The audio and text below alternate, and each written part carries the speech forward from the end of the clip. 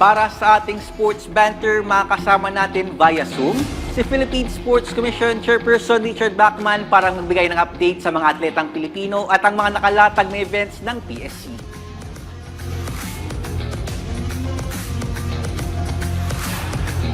Magandang umaga po, PSC Chairperson Richard Bachman. Good morning po. Magandang umaga po kay Daryl and Bernadette and to everyone supporting and watching PTV Sports. Thank you for having me. Chairperson, kumusta naman po yung PSC knowing na this last quarter of 2024, napakarami pong sports event na dumaan at magaganap pa lang this coming December? Yes, this will be the busiest quarter for PSC. We just kakatapos lang ng Philippine Para PNG last week.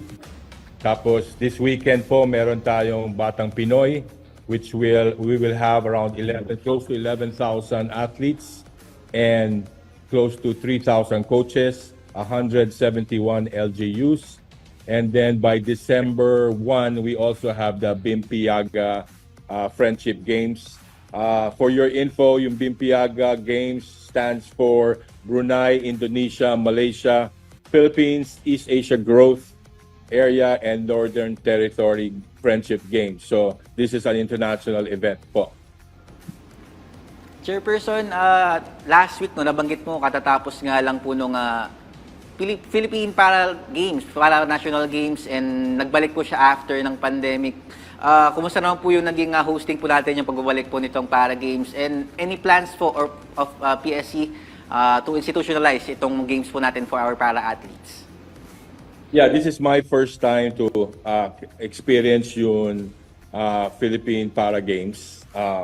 And we didn't have Para PNG in 5 years. So if I would rate it a success na lahat ng mga para athletes were happy that it's back. And we started with 9 sports. And hopefully by moving forward, we will grow these sports. We will introduce also team sports like sitting volleyball and blind football in the future.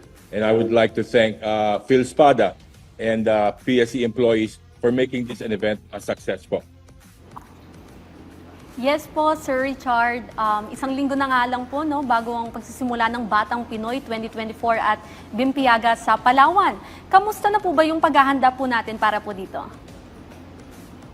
Yes, so far, most of the PSC employees left for Puerto Princesa already. May mga atleta or LGUs na dumating maaga.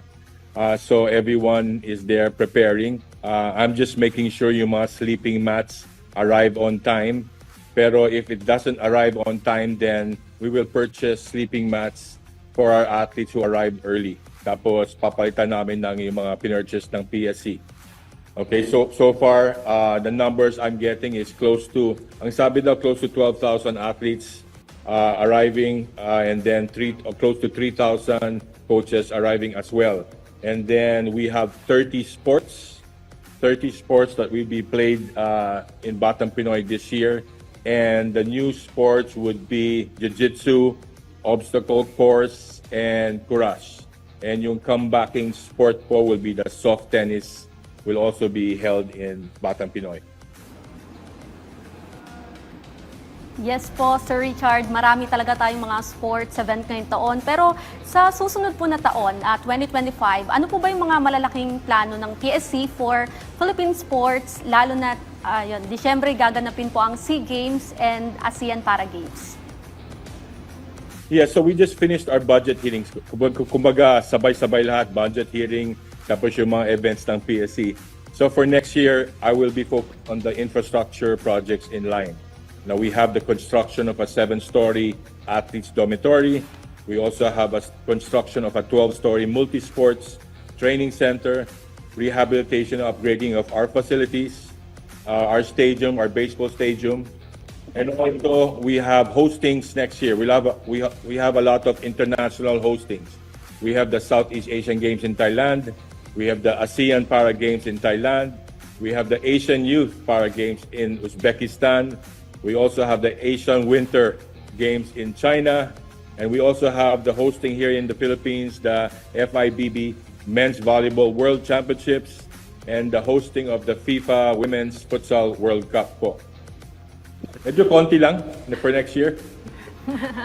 Oo nga, Chairman, medyo konti nga lang pero napakarami niyan. Ito na lang, huling tanong na lang sa amin, Chairperson, ano lang po yung mensahe ng PSC para po sa ating mga bidang bayaning manlalaro na araw-araw nag-training para, kumbaga, i-represent yung Pilipinas sa mga international sports event at magbigay karangalan sa Pilipinas? My message will be the Philippine Sports Commission po will continue to support our athletes from the grassroots level to the elite level. We had a very fruitful year, 2024, and hopefully we can actually improve next year, although leading towards the 2028 Olympics po. Ayan, nakasama po natin ngayon sa Philippine Sports si Chairperson Richard Bachman mula sa Philippine Sports Commission. Maraming salamat po sa inyong pagpapaunlak ng aming interview, sir. Maraming salamat, sir. Maraming salamat po. Thank you po. Ayan, so nakausap natin si Chairman Bachman. Hindi naman sila masyadong busy, no? Sobrang dami lang mga events hanggang next year. Pero tingin mo ba, Teammate Bernadette, gaano kalaki yung papel, gaano kahalaga yung papel ng PSC to support our Philippine athletes in general? Malaking-malaki talaga kasi ang dami nating mga atleta na talagang nag-excel sila sa sports nila. And ngayon na meron ng platform para sa kanila, malaking opportunity to para mapakita nila yung kanilang galing. And balikan lang natin yung mga nabanggit ni PSC, no? Ni Chairperson. Grabe yung sa Batang Pinoy, o more than 11,000 athletes yung inaasahan na magpa-participate doon and 3,000 coaches. And malaking event po ito yun. And of course, 171 na local government units yung kasapi para dito. At syempre, hindi mawawala ang Philippine Sports dyan sa Batang Pinoy. Abangan din natin ang mga magaganap dyan sa Batang Pinoy, ating mga grassroots athletes.